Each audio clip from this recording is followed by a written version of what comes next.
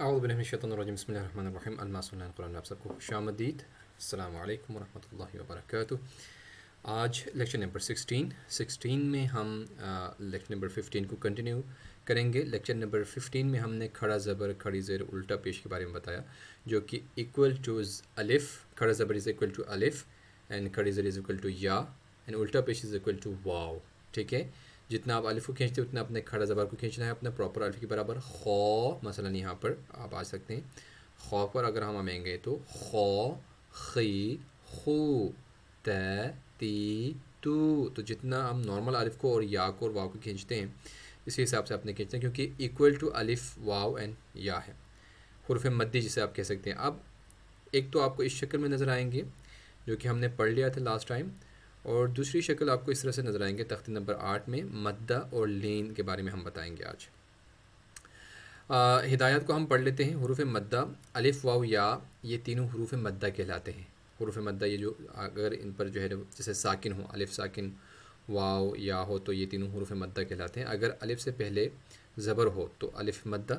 ٹھیک ہے، الف مدہ کب ہوگا؟ جب الف سے پہلے زبر ہوگا تو الف خود ساکن بھی ہو جائے گا. صحیح ہے نا. با مثلا با کے ساتھ اگر آپ الف کو لگائیں تو با جو ہے وہ کھینچا جا رہا ہے، تو با سے ہمیشہ جو ہے وہ الف سے پہلے زبر ہوگا. الف مدہ سے پہلے واو ساکن سے پہلے پیش ہو تو واو مدہ کہلاتے ہیں.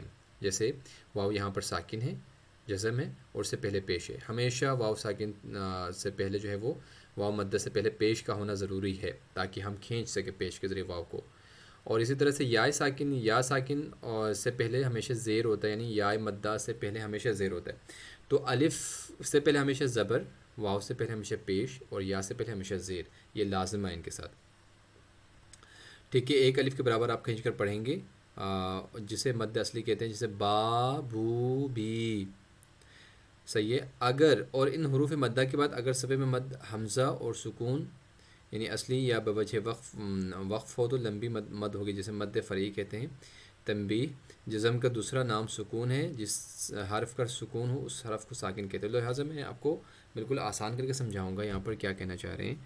آخر میں یہ کہا کہ جزم کا دوسرا نام سکون ہے، اور اس کے بعد جو مد فرعی ہے، مد کے اقسام ہے، اس کو انشاءاللہ ہم بعد میں بات کریں گے کہ مد متصل، مد منفصل اور مد جو ہے وہ اصلی کیا ہے، مد فرعی کیا ہے، اور مد کی جو اقسام ہیں ان کے بارے میں ہم بتائیں گے.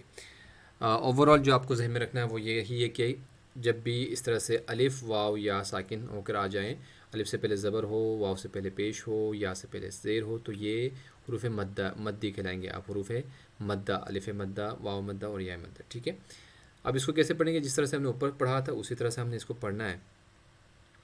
با بو بی، یعنی اگر ہجا کر کے پڑھیں تو با الف زبر، با واو پیش، بو با یا زیر، بی بالکل کھینچنا ہے برابر برابر.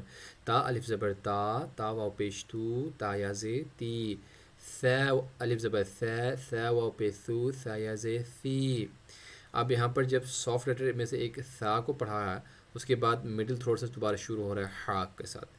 ہا حو حی. میں نے آپ سے کہا تھا بار بار کہ ہا اور عین پر زیادہ توجہ دینے کی ضرورت ہے، کیونکہ یہ الفاظ، ان الفاظ کی جو تلفظ ہے اردو میں وہ ہا کا جو ہے وہ ہا سے کیا جاتا ہے، عین کا حمزہ سے کیا جاتا ہے. لہٰذا ہمیں بنانے کی ضرورت ہے مڈل تھروٹ میں. ہا حو حی.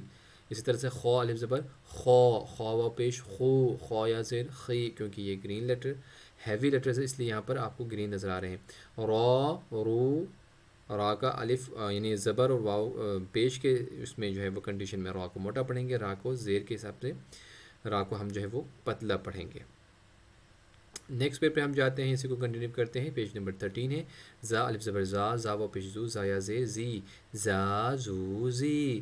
تو الف زبر تو واو پیش تو یا زیر توی، توی. اس کو موٹا پڑھنا ہے، تا کے ساتھ اپنے اس کو مکس اپ نہیں کرنا، کیونکہ ہم اردو میں تو کو بھی تا پڑھ لیتے ہیں لیکن عربی میں تو کے لیے مکمل اور واضح جو ہے وہ تلفظ موجود ہے، اس لیے آپ کو موٹا کرنا ہے، منہ کو کھول کے پڑھنا ہے توی. اسی طرح و سافٹ لیٹر اور ہیوی دونوں ہیں، اس میں دو کنڈیشنز ہیں، تو دو جو ہے وہ صفات موجود ہیں. اس کو سافٹ بھی پڑھنا ہے، زبان باہر نکال کے، اس کو پڑھنا ہے اپنے موٹا کر کے. زبان بھی باہر نکلے گی، زبان کے دائیں بائیں حصے کے جو ہے وہ اپنے ہوا روک کر رکھنا ہے.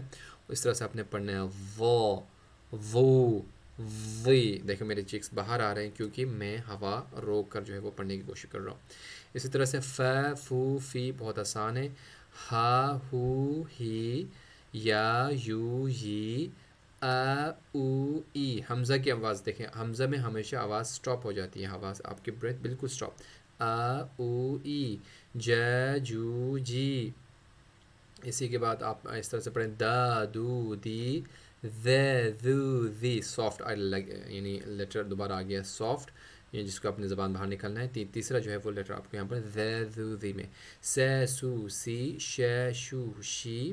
اس طرح سے سو سو سوئی. سوات اور سین کو ہم نے ملانا نہیں. اردو میں سوات اور سین ایک جیسے پڑھا جاتا ہے, جبکہ عربک میں جو ہے وہ سوات کو ہمیشہ موٹا صادق صادق نہیں, سو سو سوئی. اسی طرح دو دو دوئی. دوات کو ہمیشہ موٹا پڑھنا ہے اپنے, اور اس کے طریقے ہم نے آپ کو بتا دیے تھے پچھلے درسوں میں.